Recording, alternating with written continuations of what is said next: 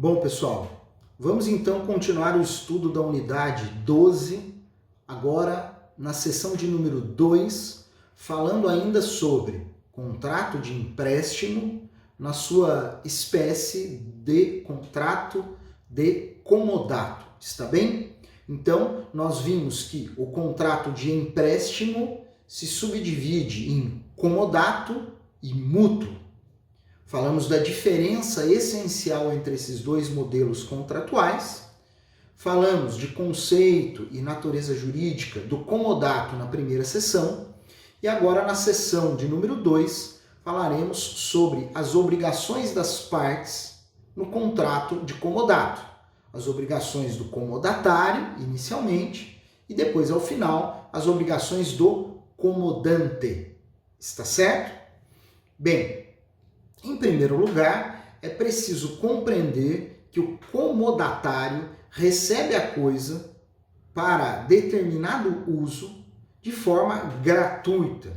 E isso trará uma série de consequências na leitura do texto do Código Civil no que tange às obrigações do comodatário. Nos contratos benéficos, somente uma das partes leva vantagem e o comodato, por gratuito e unilateral que é, revela esta reflexão, beleza? O comodatário, então, ao receber a posse da coisa, ele tem o direito de usar.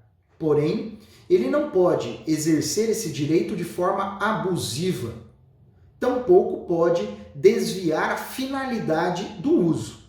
Eu não posso usar a coisa senão para aquilo a que se destina, ou então até mesmo aquilo que foi determinado, definido no contrato como motivação do comodato.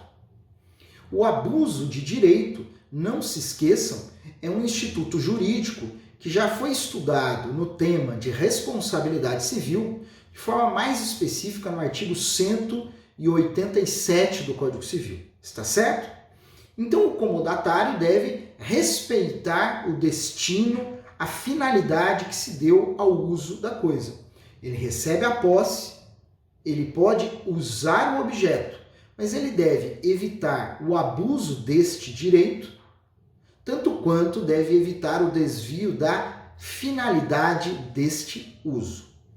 Se o fizer, obviamente, estará infringindo o contrato e poderá promover, diante disso, culposamente, causar a rescisão deste contrato, beleza?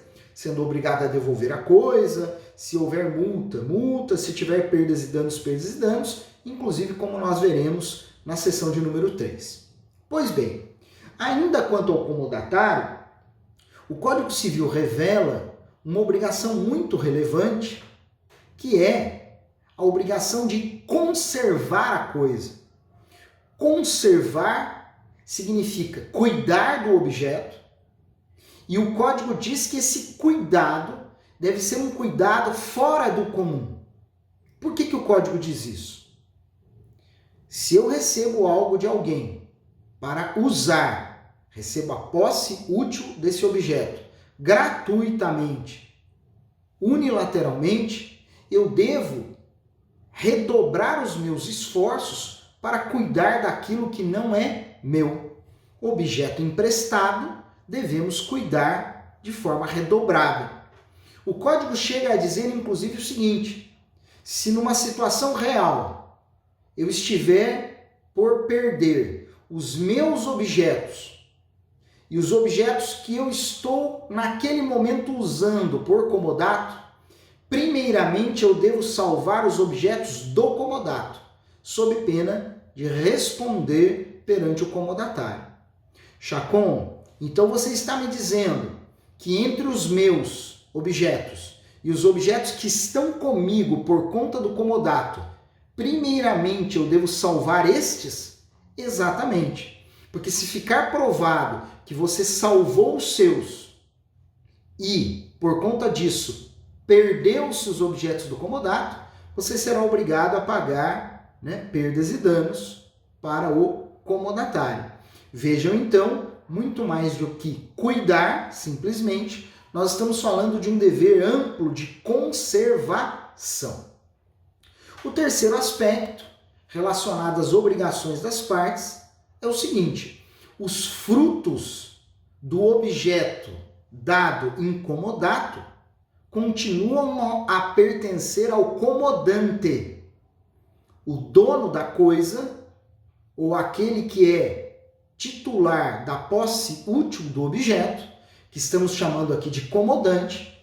O comodante, mesmo diante do comodato, continua tendo o direito aos frutos do objeto. Então vamos imaginar que fosse, um comodato de um semovente, de um animal como um cavalo ou uma égua, suponha. Se aquela égua vai dar cria, o fruto natural daquele animal seria mesmo do próprio comodante e não do comodatário, salvo ajuste específico em contrário, ou então aceitação tácita do comodante. Está bem? Então a regra é de que os frutos pertencem ao comodante. Poderão pertencer ao comodatário, se houver regra nesse sentido, ou então se o comodante, mesmo que tacitamente, aceitar que o fruto favoreça o comodatário. Também, diante das obrigações do comodatário, nós encontramos o dever de suportar os gastos ordinários da coisa, aqueles gastos que decorrem do seu próprio uso. Muita gente poderia dizer: se eu emprestei um carro, combustível, o óleo do carro, está certo? Esses artefatos necessários para usar o carro, quem tem que pagar isso? O comodatário. Da mesma maneira, se eu emprestar um animal, quem deverá custear a alimentação desse animal? O comodatário. Os gastos ordinários com a coisa recaem sobre a pessoa do comodatário e ele não tem sequer o direito de ser indenizado ou reembolsado destes valores. Está bem? Imagine que eu lhe empresto uma motosserra movida a diesel. Você compra lá 1 litro de diesel para usar a motosserra.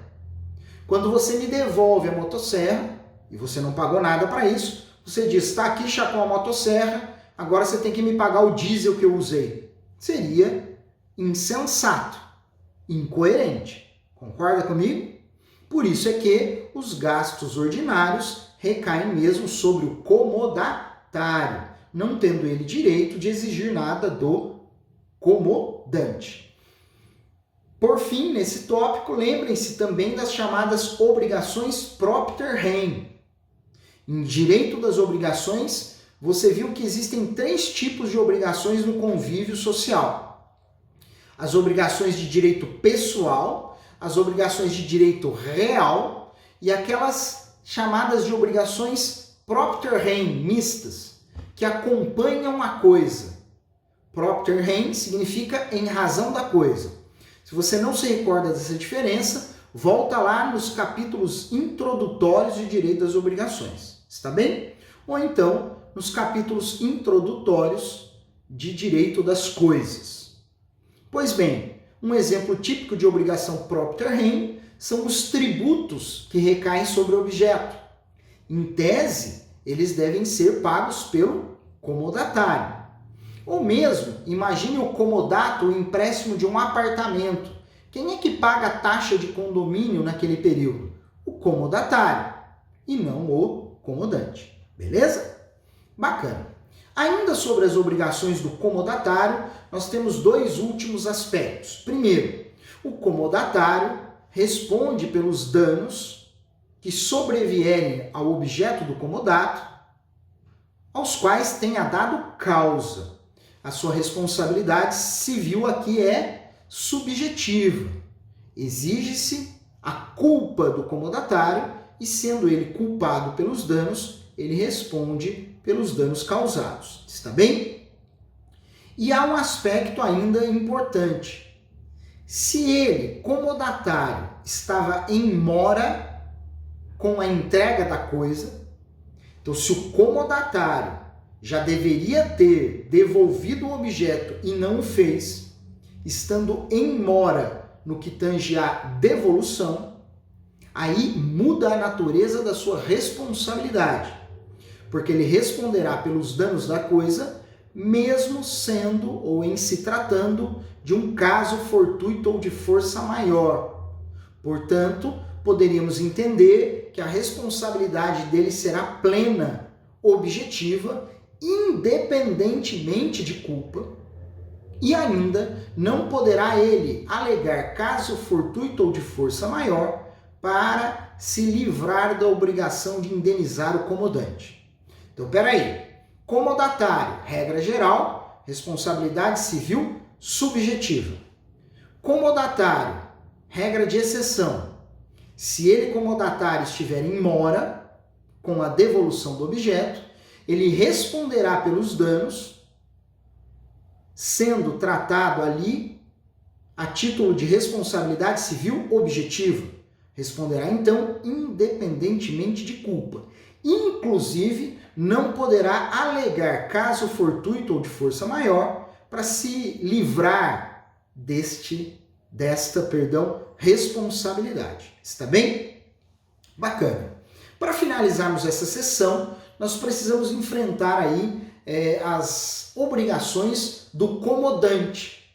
Ora, o comodante ele entrega a posse do objeto. Então, num primeiro momento, a sua obrigação é essa mesmo, de entregar a coisa, liberando a posse útil para o comodatário.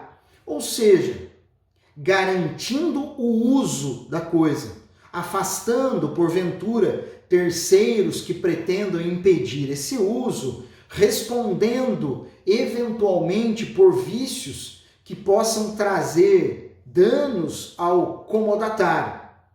Mas a lei aqui, dado se tratar de um contrato unilateral e gratuito, a lei aqui diz o seguinte: o comodante só responde se ele agir com culpa grave ou dolo.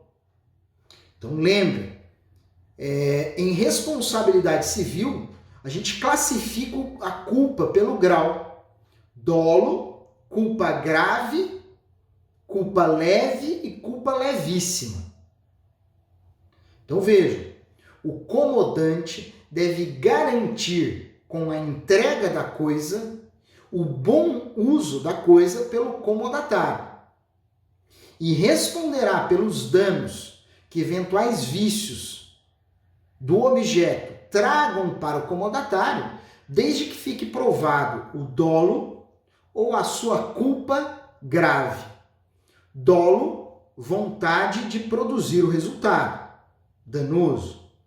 Culpa grave revela-se naquele cenário em que, apesar de não ter vontade de produzir, assumiu o risco de produzir o resultado danoso. Está bem?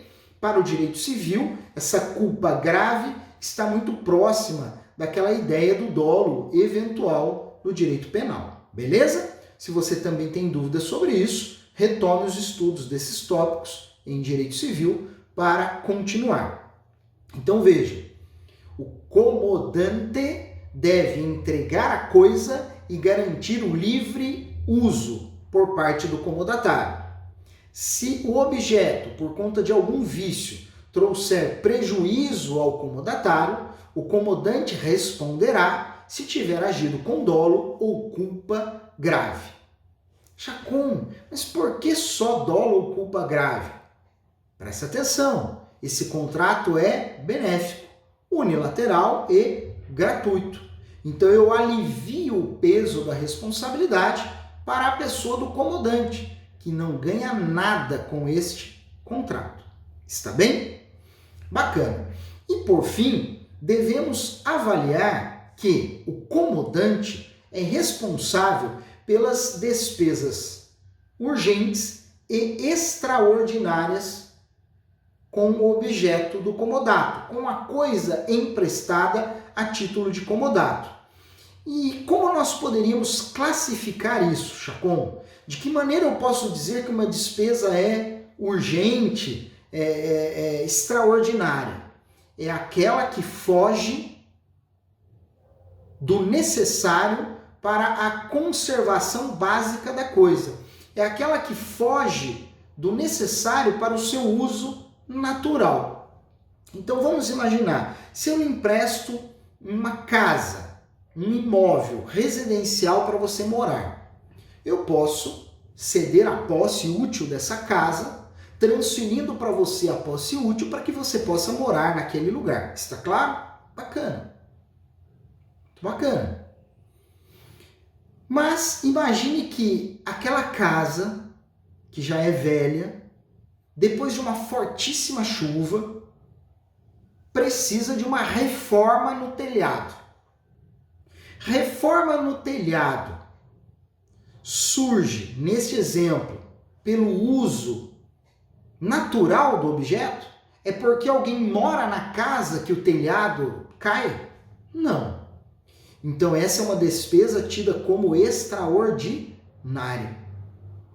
E para você que é um excelente aluno e muito atento, você pode casar esse assunto com outro que a gente já estudou na parte geral. Ah, Chacon, estou percebendo. Me parece que estamos falando aqui de benfeitorias necessárias. Lembram disso? As benfeitorias podem ser necessárias, úteis ou voluptuárias. Então, o que eu posso dizer? Que o comodante é responsável por pagar as benfeitorias necessárias. São aquelas que surgem, né, durante o uso da coisa, mas que se derivam da sua conservação natural. Então vejam, se eu emprestei um imóvel para você morar, você está usando o imóvel e de tanto usar o banheiro, de tanto usar a cozinha, você quebrou lá a pia da cozinha, poxa, essa despesa não é do comodante, essa despesa é sua, comodatário. Porque é do uso da coisa que surgiu a necessidade daquele reparo. Diferente do telhado da casa, que com o passar do tempo envelhece, enfraquece e chega uma hora precisa ser trocado. Neste caso, essa benfeitoria necessária, essa despesa extraordinária que foge do fato do uso natural da coisa, é do comodatário, é uma obrigação, desculpem, é uma obrigação do comodante e não do comodatário. Beleza? Fico por aqui então, nessa sessão de número 2 da unidade 12. Estamos falando, ou falamos agora, das obrigações do comodatário e do comodante. Vejo você na próxima aula. Um fortíssimo abraço.